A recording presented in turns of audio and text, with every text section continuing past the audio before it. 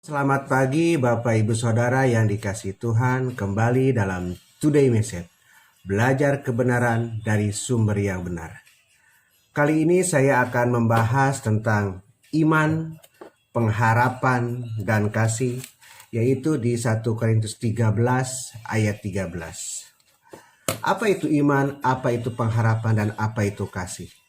Saat ini menjadi tolak ukur kita mau belajar dari iman yang hebat, iman yang luar biasa.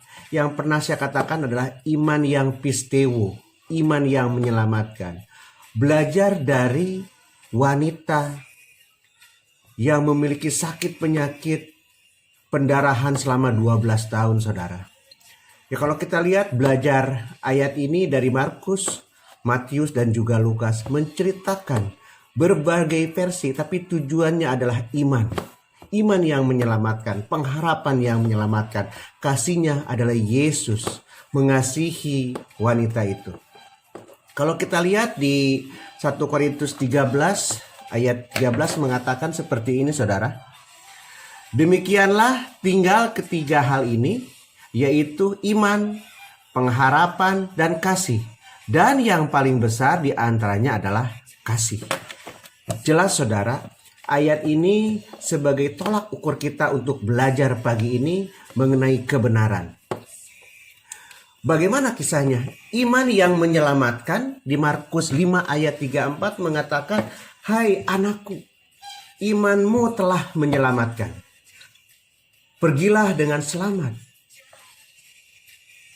Sembuhlah dari penyakit." Artinya ada satu ungkapan kasih, ada kata anak yang disampaikan oleh Yesus kepada perempuan itu atau wanita itu. Kembali saya akan mengulas mengenai iman. Apa tuh iman? Iman yang menyelamatkan atau iman yang pistewo. Saya pernah katakan bahwa arti pada iman yang menyelamatkan adalah percaya dan menerima sesuatu itu benar. Mengandalkan secara mempercayakan diri kepada yang dipercaya. Seperti wanita itu mempercayakan diri kepada Yesus.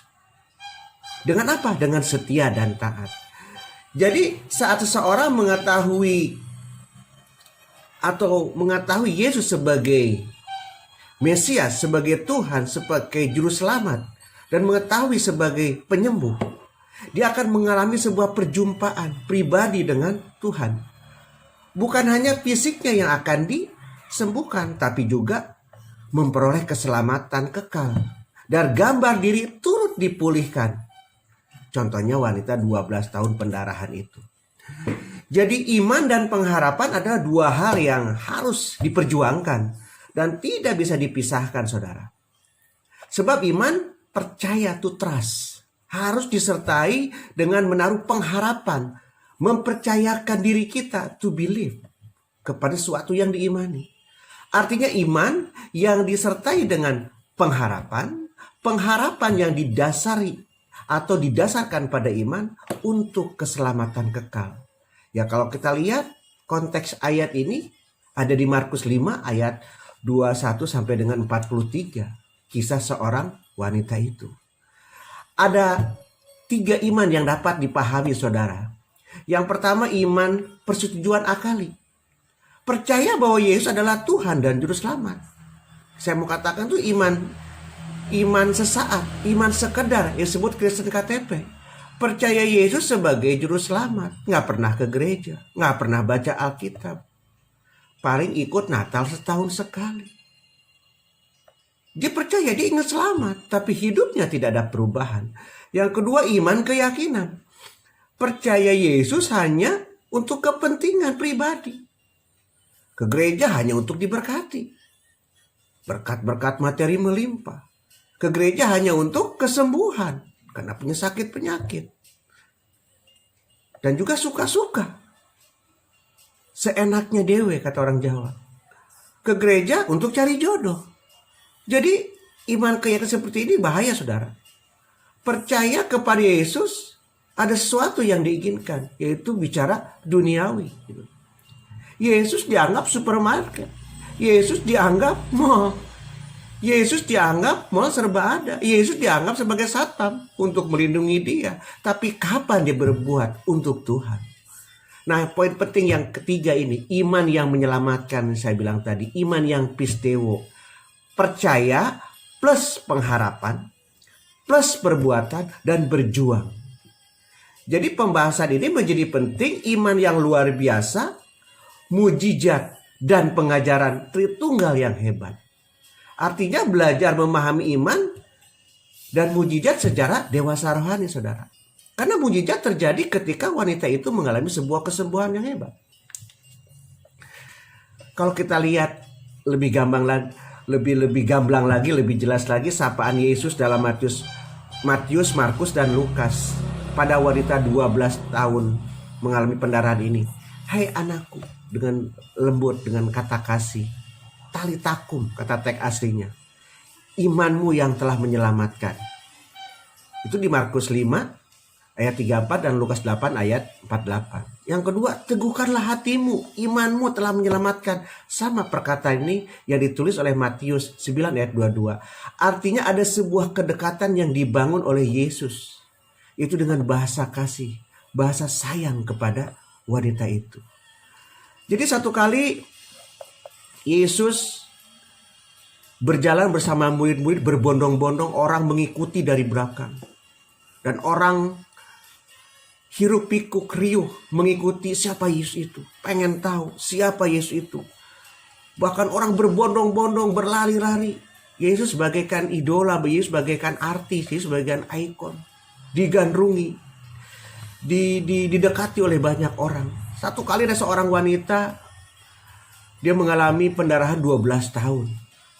Dia bukan tidak punya pengalaman dengan tabib-tabib yang terdahulu. Dia sudah menghabiskan banyak uang, kata Alkitab mengatakan. Dia sudah berobat ke sana kemari. Tapi tidak ada kunjung kesembuhan. Tetapi dia mendengar ada yang namanya Yesus. Mesias. Allah yang hebat. Dia berusaha berjuang. Dia mengatakan dalam hatinya, asal kujamah saja jubahnya, aku akan sembuh.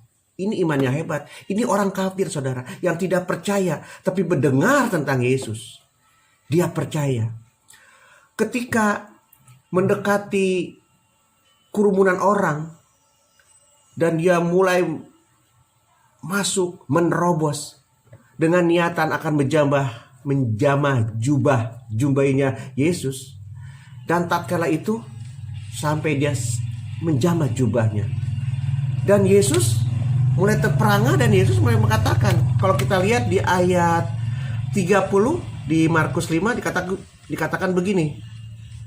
Pada ketika itu juga Yesus mengetahui bahwa ada tenaga yang keluar dari dirinya. Lalu ia berpaling di tengah orang banyak dan bertanya, siapa yang menjamah jubahku? Murid-muridnya menjawab, engkau melihat bagaimana orang-orang ini berdesak-desakan dekatmu. Dan engkau bertanya, siapa yang menjamah aku? Jadi sedikit agak konyol juga, saudara, murid-murid agak ngenyek kepada Tuhan Yesus. Bahwa membalikan perkataan Yesus ketika Yesus bertanya kepada murid-murid, terutama Petrus. Kalau saya melihat ini pelajaran atau pengajaran Tritunggal yang hebat. Yesus tidak mau tahu dalam konteks ayat ini. Yesus bertanya, siapa yang menjamah jubahku? Tapi dengan tergopoh-gopoh dan ketakutan, seorang wanita datang. Dia mengakui dan menceritakan segala sesuatunya. Yesus dengan mengatakan di ayat 34, mengatakan begini. Maka katanya kepada perempuan itu, hai anakku, imanmu telah menyelamatkan engkau. Pergilah dengan selamat dan sembuh. Sembuhlah dari penyakitmu. Hebat. Jadi dengan sekejap penyakit wanita itu sembuh dengan iman. Dahsyat, wow, dan keren ini. Jadi di sini ada pelajaran Tritunggal. Ini Allah anak sedang berkarya, Allah anak sedang berperan, Allah anak sedang bekerja, menyatakan kuasanya dan menyembuhkan wanita itu.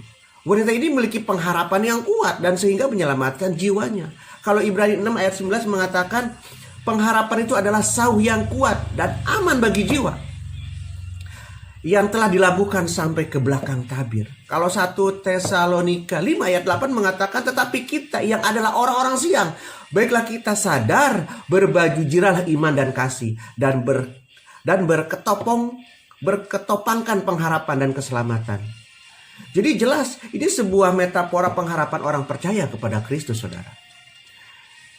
Jadi kalau kita menyimak kembali, nama wanita ini tidak pernah diketahui. Tapi perjalanan imannya mampu menebus ribuan tahun dan menjadi teladan bagi orang banyak. Suatu hal yang saya sukai dari wanita ini adalah dia menguatkan hatinya, melangkah dengan iman. Seraya berkata, asal ku jamah saja jubahnya aku akan sembuh. Kalau Markus 5 ayat 28 mengatakan, ini keren banget saudara. Ini iman yang luar biasa. Bisa dijumpai di zaman Yesus. Adakah iman di masa pandemi seperti ini bisa iman hebat seperti wanita ini? Yang kedua mengatakan di sini adalah ada konteks pengajaran Tritunggal, saya bilang tadi. Yang hebat ketika Yesus bertanya, siapa yang menjamah jubahku? Petrus menjawab dengan ngenyek tadi.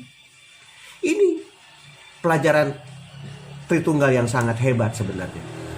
Jadi gini, proses iman adalah melalui masalah. Lamanya seumur hidup. Perlu komitmen plus pertolongan Roh Kudus. Tanpa Roh Kudus kita tidak mampu, saudara. Kamu lihat, dikatakan di Yakobus 2 ayat 22, dikatakan kamu lihat bahwa iman bekerja sama dengan perbuatan. Perbuatan-perbuatan, dan oleh perbuatan-perbuatan itu iman menjadi sempurna. Jadi kalau kita maknai ada 4 makna iman yang pistewo mencapai kedewasaan rohani. Yang pertama begini saudara. Mengenal Allah secara benar di Markus 5 ayat 25 dan 34. Konteks ayat itu yang kita belajar dari wanita 12 tahun pendarahan. Pengenalan akan Allah adalah salah satu hal yang paling utama. Pengenalan ini bukan secara pengetahuan akali saja, tetapi pengetahuan secara hubungan. Pengenalan ini merupakan pengenalan dari hati yang menghasilkan perubahan dan menyerahkan tanpa batas. Yang kedua, hidup yang menghasilkan buah. Kalau saya pernah saya bahas di video yang lalu, Yohanes 15 ayat 5 mengatakan Yesus adalah pokok anggur dan kita adalah ranting-rantingnya. Buah yang dimaksud adalah buah roh, pelayanan, buah jiwa yang diselamatkan. Yang ketiga, hidup memberi dan melayani. Orang Kristen mencapai dewasa rohani meneladani Kristus untuk melayani dan memberikan nyawanya di Markus 10 ayat 45. Mereka juga mempraktekkan ajaran Kristus adalah terlebih berbahagia memberi daripada menerima. Kisah 20 ayat 35. Yang keempat, yang terakhir dikatakan begini, menjalani proses Allah. Ibrani 12 ayat 11. Proses pembentukan Allah biasanya menyakitkan. Hal ini Tuhan izinkan agar yang keras hati menjadi lembut, yang angkuh menjadi rendah hati, dan yang memberontak menjadi taat. Artinya menjalani proses iman yang disertai dengan pengharapan yang didasarkan pada iman untuk mengalami perubahan secara total dalam hidup kita. Menjadi kesimpulannya begini saudara, tirulah teladan iman wanita ini. Dia menguatkan hati dan datang kepada Tuhan. Dia tidak lagi mengandalkan kekuatan pribadinya dengan caranya, tapi dia menjadi sembuh dan benar-benar pasrah percaya kepada Yesus mampu menyembuhkan dengan caranya Tuhan.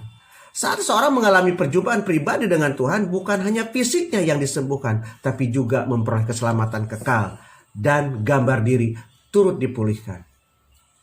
Sekian, terima kasih Today Message pagi ini. Tonton terus video-video berikutnya untuk menguatkan kita untuk sebuah breakthrough, terobosan iman kita, bahkan menjadi berkat bagi orang banyak.